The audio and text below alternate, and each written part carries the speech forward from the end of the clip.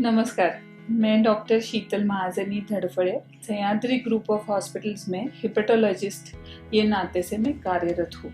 आज हम लिवर के बारे में थोड़ा बहुत जानने की कोशिश करेंगे। लिवर की बीमारियाँ ये सबसे अहम बीमारियाँ होती है और लिवर बीमारियों की वजह से 2.4% लोगों की मौत हो सकती है। ये स्टैटिस्टिक्स 2014 के WHO के द्वारा दिखाया गया था। इसीलिए ये जानना बहुत ज़रूरी है कि लिवर की बीमारियां क्यों होती है, उसके कारण क्या क्या होते हैं और उसके लक्षण कैसे होते हैं, उसकी इन्वेस्टिगेशंस क्या की जाती है डायग्नोसिस करने के लिए और ट्रीटमेंट क्या होती है।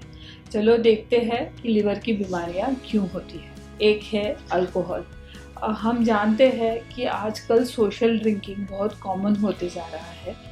मर्दों के साथ साथ औरतें भी ड्रिंक्स लेना शुरू कर दी है और इसी का नतीजा ये है कि लिवर को बहुत बड़ी चोट हो जाती है। अल्कोहल की वजह से लिवर सूजती है, लिवर में फाइब्रोसिस होता है और आगे चल के लिवर को सिरोसिस ये भी बीमारी होती है और इसका नतीजा ये होता है बहुत भयंकर कॉम्प्लिकेशंस है लिवर डिजीज़ के, वो मरीज़ में होना शुरू हो जाता है और ट्रांसप्लांट के बगैर इनकी जान बचनी मुश्किल हो जाती है।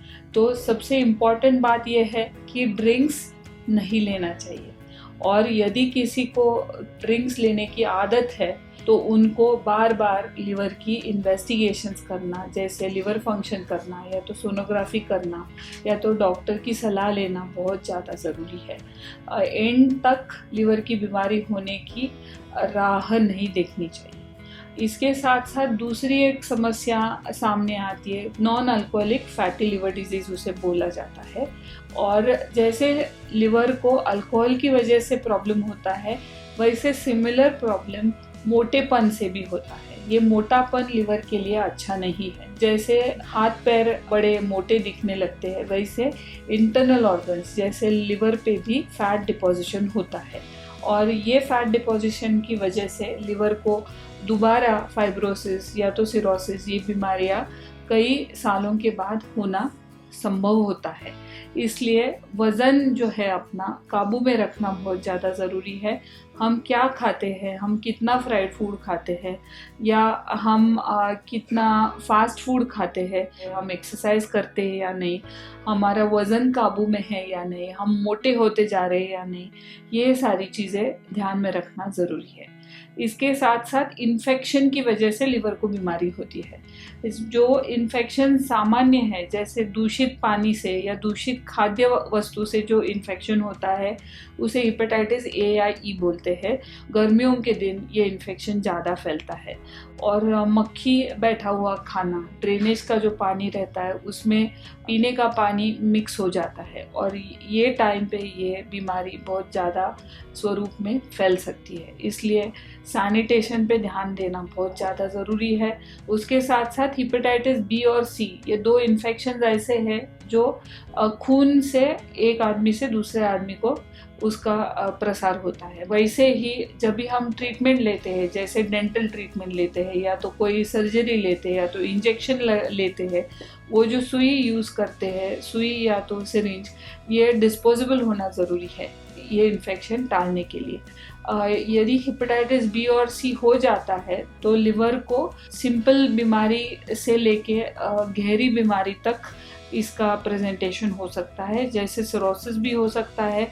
और हेपेटाइटिस सी और बी ये लिवर कैंसर के मेन रीजंस है, इसलिए हेपेटाइटिस बी और सी से बच के रहना ज़रूरी है। इसके साथ साथ लिवर के कैंसर्स भी लिवर को बीमारी करते हैं। हेपेटोसेल्युलर कार्सिनोमा जिसे बोलते हैं, किसी भी हालत पे सिरोसिस होना उसका एक हाई रिस्क रहता है हेपेटोसेल्युलर कार्सिनोमा होने का। इसलिए यदि आपको सिरोसिस ऑलरेडी हो गया है तो कैंसर के लिए सर्वेलेंस करना, जांचें करना भी ज़रूरी माना जा सकता है। उसके साथ साथ ऑटोइम्यून लिवर डिजीज़ करके एक बीमारी है जिसमें अपनी रोग प्रतिकार शक्ति अपने ही शरीर के कई अवयव या तो अंग से काम करना शुरू कर देती है। ऑटोइम्यून लिवर डिजीज़ ये औरतों में बहुत महत्वपूर्ण प्रमाण रखता है। इसकी जान पहचान लिवर फंक्शन बिगड़े हुए रहते हैं, कई लोगों को भूख कम लगती है, या तो पेट में दर्द होना शुरू होता है, पेट में पानी भरना शुरू होता है, ये इसके लक्षण माने जाते हैं। इसके साथ साथ कई बार लिवर की जो नसें रहती है, ब्लड वेसल्स रहते हैं, उसकी कोई बीमारियां है, जैसे बर्ड-कियारी सिंड्रोम जिसे बोलते हैं, ये सही समय पर डायग्नोज होने से पूरी लिवर की आगे की प्रॉब्लम्स दूर कर सकते हैं। आप पूछोगे कि इनके लक्षण क्या क्या रहते हैं ये सारे बीमारियों के। कई भी कारण से लिवर को बीमारी हो तो उसका आद्य लक्षण ये है कि येलोनेस आ जाता है आँखों में, या तो यूरिन बहुत ज़्यादा पीली होना शुरू हो जाता है। दूसरे कई लक्षण हैं जिसमें भूख कम होना, या तो उल्टी शुरू होना, या तो पेट में दर्द होना। इसके साथ साथ पेट में पानी होना, पेट मोटा होना, पैर पे सूजन होना, नींद खराब होना, मतलब रात को नींद नहीं आना, दिन में सुस्ती आना, ये सारे लक्षण लिवर की बीमारियों के हैं। यदि लिवर सिरोसिस हो गया है तो ये मरीजों को कई बार खून की उल्टी भी हो सकती है। और दूसरा एक महत्वपूर्ण लिवर का आजार है कि पित्ताशय में स्टोन्स होते हैं जिसे गॉल स्टोन्स बोलते हैं।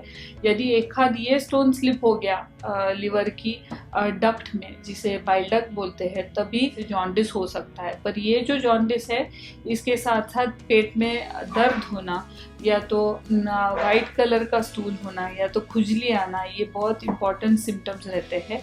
और छोटा सा ERCP का प्रोसीजर करके ये स्टोन्स हटा जा सकते हैं और लिवर को पूरी तरह से ठीक किया जा सकता है। कई बार आजकल नए जनरेशन में टैटू करने की फैशन है, तो ये टैटू की नीडल डिस्पोजेबल है ना, ये जानना बहुत ज़रूरी है। नहीं तो हेपेटाइटिस B और C टैटू की वजह से भी फैल सकती है। कई लोगों को ओवर द काउंटर्स ट्रीटमेंट लेने की आदत रहती है, जैसे सर दर्द हो गया, सर दर्द की गोली ले ली।